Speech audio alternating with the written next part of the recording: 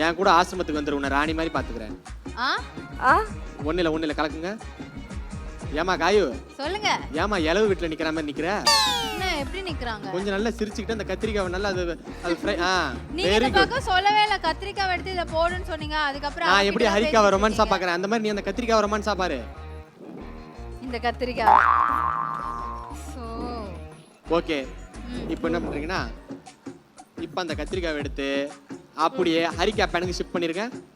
அப்படியே எண்ணெயோட போட்றவா? எண்ணெயோட. அதான் எண்ணெய் கத்திரிக்காய் குழம்பு. எண்ணெயோட போடுறதா எண்ணெய் கத்திரிக்காய் குழம்பு. ஹரிகா யா குருஜி. ஒரு மாதிரி ஃப்ரீ செட்டிங்ல என்னாச்சு? நான் உங்க மைண்ட பிளாக் பண்ணிட்டேனா ஏதாவது? இல்ல குருஜி, உங்களுக்காக நான் எப்படி இந்த டிஷ் ப்ரிப்பேர் பண்ணுமான்னு யோசிச்சுட்டு இருக்கேன். இது கூட என்ன சாப்பிடுவீங்க? அது கூட என்ன சாப்பிடுவோமா? ஆமா. நீ என் கூட வெளியே வந்தா என்ன வேணா சாப்பிடுவோமா?